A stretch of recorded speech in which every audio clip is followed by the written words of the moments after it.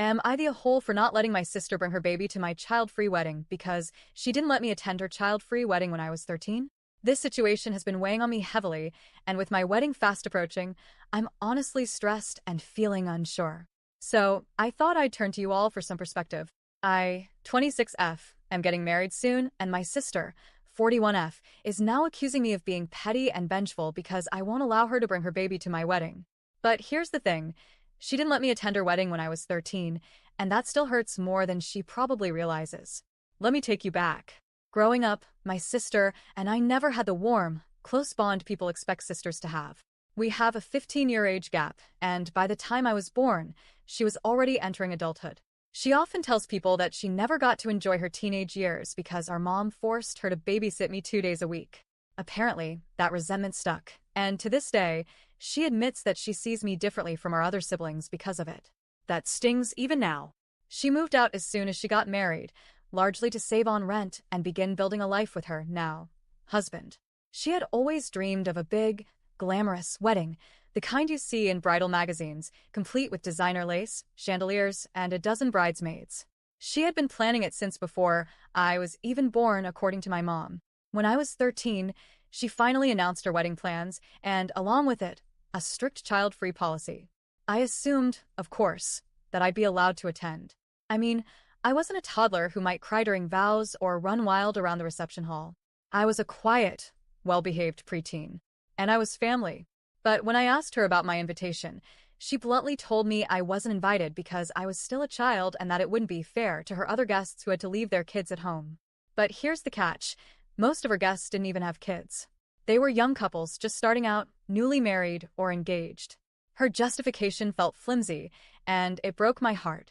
Watching everyone get ready that day, my mom having her hair done, my dad adjusting his suit, my other siblings dressed in coordinated outfits, while I was left at home with a babysitter, was one of the most isolating and painful experiences of my life.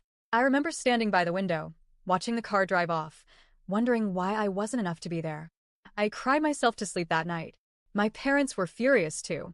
They threatened to withhold paying for the reception unless I was invited. In response, my sister flat out called off the wedding for a few hours at least. Her fiancé ended up sobbing, literally begging my parents to reconsider, saying she refused to marry him without the wedding she wanted. Eventually, my parents gave in and paid, and I stayed home, forgotten, alone. Fast forward 13 years, and now it's my turn to get married. I'm not going for the grand spectacle she did, just a small, intimate wedding with close friends and family. I've decided to make it child-free, too. Not as revenge, just because I want a calm, peaceful atmosphere and don't think babies or toddlers would do well in the environment I've planned.